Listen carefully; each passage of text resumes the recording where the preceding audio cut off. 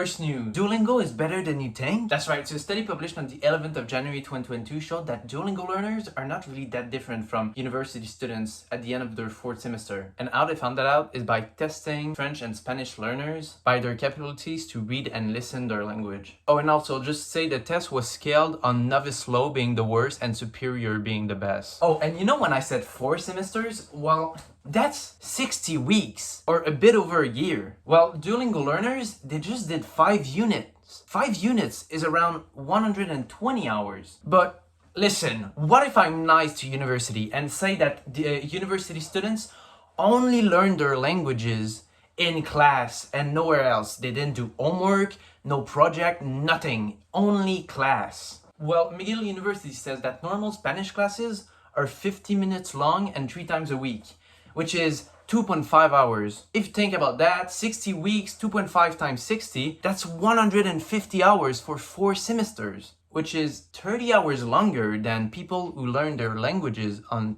Duolingo. So yeah, with my 1 Duolingo unit almost done, I'm not gonna lie, mi español es muy bueno. Second news, Stranger Things Season 5 Real Life Edition? So in the night of the 19th of July 2022, a weird pink light covered the sky in an Australian town named Mildura. The locals saw this and they start to call their relatives, say it was alien, the apocalypse, even worse. Stranger Things Season 5? Well, actually, it was just a medical weed grower who forgot to close his blinds. So, I know, the world is not ending. Bad news, right? Third news, the number of tigers is higher than previously thought. So the International Union for Conservation of Nature found that there are 40% more tigers in the wild than previously thought. It's estimated that 3,726 to 5,578 tigers are in the wild right now. But even with that spike, tigers are still considered endangered because of habitat loss and poaching. There's still hope though. Lake Hunter, executive director of the Wild Conservation Society's Big Cat program, told NPR there have been improvements in the way tigers are monitored, but governments have also been stepping up their conservation efforts. Fourth news, a 1,850-year-old Roman coin was found. That's right, so this coin featuring a zodiac sign was found off the Carmel Toast in northern Israel.